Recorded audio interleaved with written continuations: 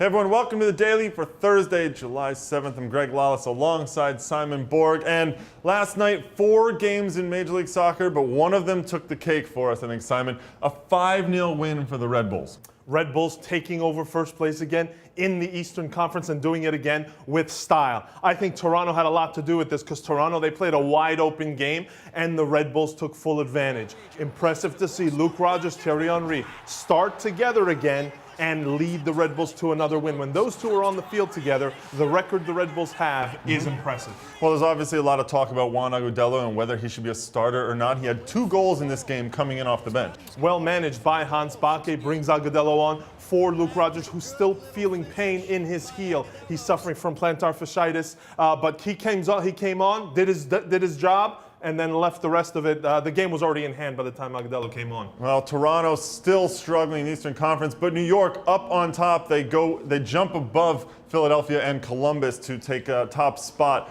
in the Eastern Conference. Now, speaking of Columbus, they get a big road win, and the story here, obviously, Jeff Cunningham tying Jaime Moreno for the all-time goal-scoring record in MLS. And doing it in dramatic fashion, 90th minute, the game winner in Vancouver. That goal also puts him all alone atop the all-time scoring charts for the Crew as well. Breaks a tie with Brian McBride. But it was a well-played game by both sides. Vancouver, they are really going to regret the fact that they missed the penalty kick, had someone sent off, struck the post. Vancouver, nothing's going right for them these days. No, and they're at the bottom of the Western Conference again, pretty much. The Canadian team's struggling in MLS right now, but a team that seems to not be struggling, or at least some weeks they're struggling and some weeks they're not. Chivas USA with a big win over San Jose. 2-0 this one against San Jose, and San Jose Earthquakes, they said they played a terrible game. They're not even looking at this anymore. They threw it out the window already. But Robin Fraser of Chivas USA, the manager, he is happy the fact that his team was able to concentrate.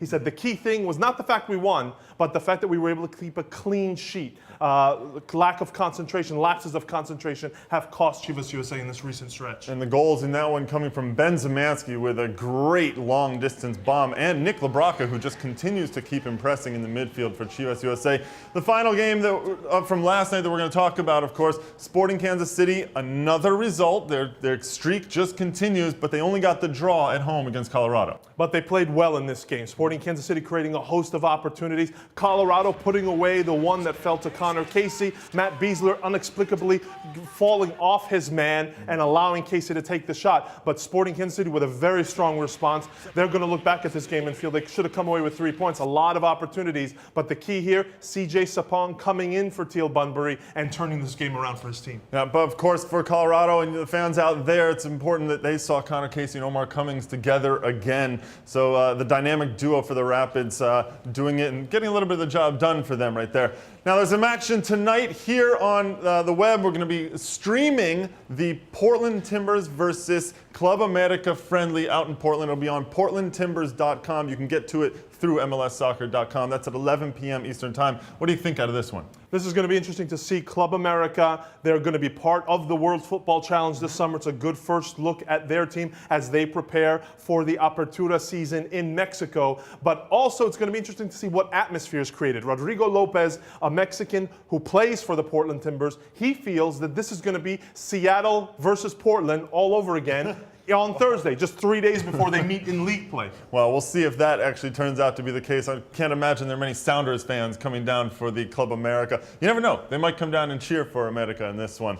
Last little bit, the U.S. national team on the women's side lost their final group play 2-1 to Sweden. They move on, though, into the knockout rounds where they will face Brazil on Saturday. A huge match for the U.S. Huge match, and to me, the result against Sweden, insignificant in that they had to face Brazil at some point in this tournament if the U.S. is going to win it, so might as well face them in the quarterfinal stage. Bring them on. Well, though the U.S. lost, Abby Wambach finally got off the schneid and got her first goal in the Women's World Cup. A little bit later on, Extra Time Radio podcasts will be available on iTunes and Buzzsprout and also here on MLSsoccer.com. That's it for the Daily. We'll talk to you tomorrow.